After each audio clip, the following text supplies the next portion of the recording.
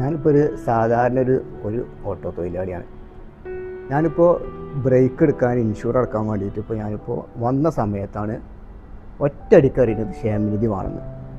കണക്ക് കൂട്ടി നോക്കുമ്പോൾ 12,000 രൂപയോളം ക്ഷേമനിധി വേണം. എങ്ങനെ നമ്മളൊക്കെ സാധാരണക്കാരൊരു ഓട്ടോ 12,000 രൂപ നാളെ വേണം എന്നൊക്കെ പറഞ്ഞാണ് സാധാരണക്കാരന് എങ്ങനെയാണ് താങ്ങാൻ കഴിയുക? സ്വാഭാവികമായിട്ട് ഇപ്പോൾ ഓട്ടം വളരെ കുറവാണ്.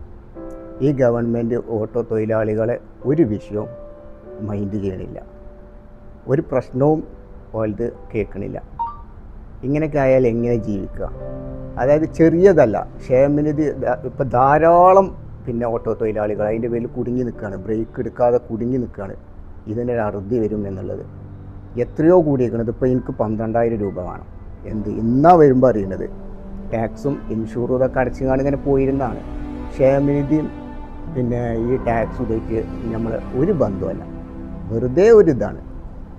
ഇങ്ങനെയൊക്കെ ആകുമ്പോൾ ഒരിക്കലും അത് ഒരു ഓട്ടോ തൊഴിലാളി എന്നുള്ളതിൽ ഒന്ന് ജീവിക്കാൻ കഴിയില്ല. ഈ ഓട്ടോ മാർഗം കൊണ്ട് ജീവിക്കാൻ ഒരിക്കലും കഴിയില്ല. അതും സാധാരണ ഏറ്റവും അടിത്തട്ടിലുള്ളവരാണ് ഈ ഓട്ടോ തൊഴിലാളികൾ ഇറങ്ങുന്നത്. ഓലെന്ന് പറയുന്നത് ഓലത് ചെറിയ ആദ്യമൊക്കെ 500 രൂപ ഓട്ടം ഉണ്ടായിരുന്നു. ഇപ്പോൾ 500 രൂപൻ്റെ ഓട്ടം വരുന്നില്ല. അതന്നെ അങ്ങോട്ടും ഇങ്ങോട്ടും എന്നൊക്കെ പറഞ്ഞാണ് കുട്ടികൾക്ക് കുടുംബത്തേക്ക് വൈകുന്നേരം ഒരു ഓട്ടോ തൊഴിലാളിക്ക് കേൾക്കുമ്പോൾ ഒന്നും ബാക്കിയില്ലാത്തൊരവസ്ഥയാണ്. റോഡിൻ്റെ മോശം കൊണ്ട് വാഹനത്തിൻ്റെ ഇതൊക്കെ എണ്ണ ചിലവൊക്കെ ആയിട്ട് അങ്ങനെ ഒന്നും കിട്ടുന്നില്ല. അതിൽ കൂടിയാണ് സർക്കാർ വലിയ ദ്രോഹം, ചെറിയ ദ്രോഹം എന്നല്ല, വലിയ ദ്രോഹമാണ്. ഇതിന് നമ്മളെ എല്ലാ ഓട്ടോ തൊഴിലാളികളും ഇത് പ്രതിഷേധിക്കേണ്ട സമയം എപ്പോഴോ അതിക്രമിച്ചു. ചിലപ്പോൾ എല്ലായിടത്തേക്കും ഇപ്പോൾ ഈ ബഡ്ജറ്റിലാണ് ഞാൻ തോന്നുന്നു ഇത് വന്നത്, നിർബന്ധമാക്കിയത്. അത് ഓട്ടോ തൊഴിലാളികളുടെ ഇടയിൽ അത് എത്തുന്നുള്ളൂ. എത്തിയാൽ ഓല് നിർബന്ധിതാവും അത് പ്രതിഷേധിക്കൽ. അതാണ് എനിക്ക് പറയാനുള്ളത്.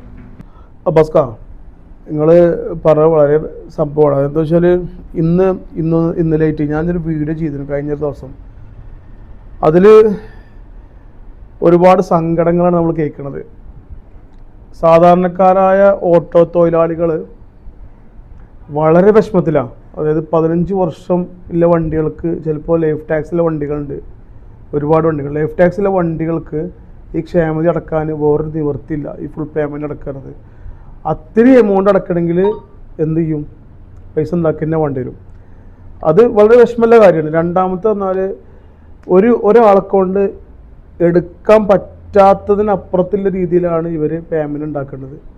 ഉദാഹരണം, ഇന്നിവിടെ നിങ്ങൾ ശ്രദ്ധിച്ചിട്ടുണ്ടാവും, ഇന്നിപ്പോൾ ഒരു 20 ആളുകൾ വന്നിട്ടുണ്ടെങ്കിൽ ആ 20 ആളുകളിൽ 15 ആളുകളും ക്ഷേമനിധി രജിസ്ട്രേഷൻ ചെയ്യാൻ വേണ്ടി വരികയാണ്. അപ്പോൾ അത്രയും സിറ്റുവേഷനാണ് ഇവിടെ നടന്നുകൊണ്ടിരിക്കുന്നത്. അപ്പോൾ അതിനൊരു അറുതി സർക്കാരിൻ്റെ ഭാഗത്തുനിന്ന് എന്തെങ്കിലും കൃത്യമായിട്ട് കാണിക്കണം എന്നാണ് എനിക്ക് നിങ്ങളോട് പറയാനുള്ളത്.